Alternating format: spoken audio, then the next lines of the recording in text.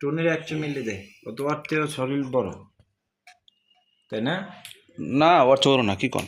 টুনি ওর থেকে বড় না? না না, স্বাস্থ্য মাস্ত ওইটা না, ওজন হিসাবে দেয় শরীরে। আগে দেওয়া হচ্ছে টুনির ওজন বেশি, বুঝো না?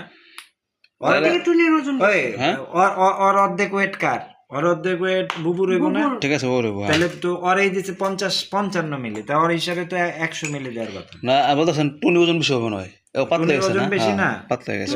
তাহলে তোমার ওই হিসাবে তো 100 মিলি পুরাটা বইটা দেওয়া উচিত ছিল, স্যালাইন আরেকটা আনা উচিত ছিল।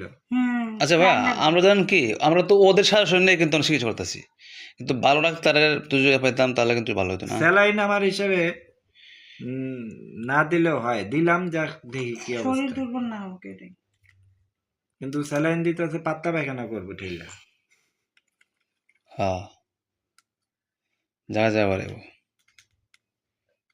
শোনো, বমি না হওয়ার জন্য শুধু এটা দাও, তাহলে কি উচিত কি জানো, এই ট্রিটমেন্টের সময় এটাই খাঁচায় আটকে রাখা, একদম স্থির খাঁচার ভিতরে আটকে রেখে ট্রিটমেন্ট করা। পায়খানা প্রস্রাব হয় নেই করবো, কারণ এমনি তো জায়গায় জায়গায় মাখায়, বুঝো না? তো এক জায়গায় মাখাক, এক জায়গায় পরিষ্কার করবো।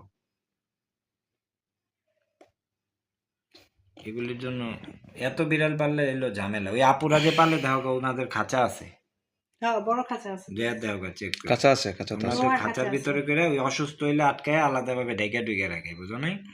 আলাদা রুমে আলাদা, কারণ বিড়াল তো ছেড়ে রাখলে হুট করে বেড়ে যেতে পারে।